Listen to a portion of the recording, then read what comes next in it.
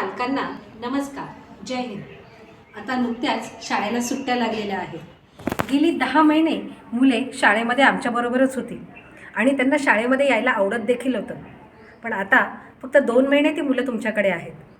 त्या मुलांबरोबर तुम्ही क्वालिटी टाईम कसा घालवू शकता हे आता आमच्या सर्व टीचर्स तुम्हाला सांगणार आहेत.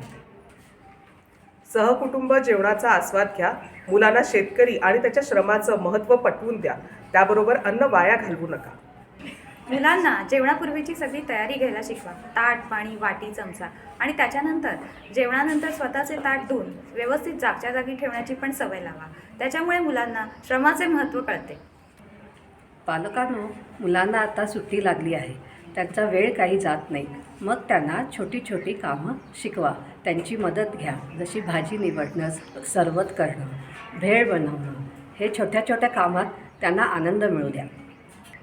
मुलांना तुमच्या शेजाऱ्यांकडे द्या. त्यामुळे गप्पा गोष्टीमधून मुलांचं संवाद कौशल्य वाढेल. पहिले एकत्र कुटुंब पद्धती होती, पण आता फक्त मुलं आणि आईवडील एवढेच राहतात. त्याच्यामुळे मुलांना त्यांच्या आजी आजोबांकडे घेऊन जा. त्यांच्याशी गप्पा मारायला सांगा.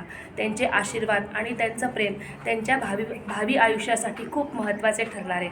हां, आणखीन एक सांगते बरं का, त्यांच्याबरोबर एक फोटो नक्कीच काढायला सांगा. मुलांना तुमच्यासोबत तुम्ही जेथे काम करता, तुमचा व्यवसाय असेल, ऑफिस असेल, तेथे त्यांना घेऊन जा आणि एक पूर्ण दिवस तुमच्यासोबत घालवायला सांगा. म्हणजे तुमचा जो उदरनिर्वाह आहे त्याच्यासाठी पालक काय कष्ट घेतात हे त्यांना कळेल. मुलांना आपल्या सणांची माहिती द्या. सणांसाठी लागणाऱ्या वस्तू विकत आणण्यासाठी त्यांना घेऊन जा आणि आपल्या संस्कृतीचा ठेवा जपून ठेवा. आपल्या घरात एक छोटेसे किचन गार्डन बनवण्यासाठी मुलांना प्रोत्साहित करा. म्हणजे त्यांना झाडांचे महत्त्व कळेल. आपण आपले बालपण कसे घालवले हे मुलांना सांगा.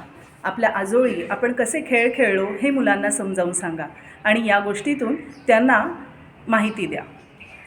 मुलांना छोटी छोटी पुस्तकं आणून द्या आणि अशी पुस्तकं आणा की त्या पुस्तकामध्ये चित्र असेल रंगवण्यासाठी आणि ते रंगवत असताना त्यांच्या आवडीचे रंग त्यांना देऊ द्या. मुलांना कम्प्युटर, मोबाईल, लॅपटॉप, त्याच्यानंतर इलेक्ट्रॉनिक गॅजेट्सपासून लांब ठेवा. कारण पुढे आयुष्यभर त्यांना नोकरी करताना या सगळ्यांबरोबरच राहायचं आहे. मुलांना बाहेर खेळू द्या. त्यांचा चिखल मातीशी संपर्क येऊ द्या. म्हणजे त्यांनाही आपल्या मातीशी त्यांचीही नाळ जुळेल. मुलांना आता जंक फूड खायची सवय लागली. त्याच्यामुळे लहान मुलांमध्ये स्थूलत्व ही समस्या निर्माण झाली आहे. त्यामुळे त्यांना घरच्या अन्नाचं महत्त्व सांगा. भाजी पोळी वरण भात खाल्ल्याने शरीराला काय प्रोटीन्स मिळतात आणि त्याचा उपयोग काय होतो हे समजावून सांगा. सगळ्यात महत्त्वाचे म्हणजे मुलांना सकाळी लवकर उठवायला शिकवा आणि त्यांना कुठेतरी बाहेर फिरायला घेऊन जा. टेकडीवर घेऊन जा, मंदिरात घेऊन जा किंवा जॉगिंग ट्रॅक आहेत आपल्या इथे, तिथं घेऊन जा. त्यांना सायकलिंग करायला लावा. म्हणजे जेणेकरून त्यांचं आरोग्य हे सुदृढ राहील. संगीताने मनाला आनंद मिळतो, मन प्रसन्न राहतं. तेव्हा सुट्टीमध्ये मुलांना संगीताची आवड निर्माण होण्यासाठी एखादा संगीताचा क्लास लावा किंवा एखादं वाद्य शिकवा. ह्या सर्व शिक्षकांनी सांगितल्याप्रमाणे खरंच मुलं ही आपल्याला देवाने दिलेलं फार मोठं वरदान आहे. हे वरदान आपल्याला खरंच पुढे आपल्या कुटुंबासाठी आणि आपल्या पुढच्या राष्ट्रासाठी खरंच आपल्याला जपून ठेवायचं आहे.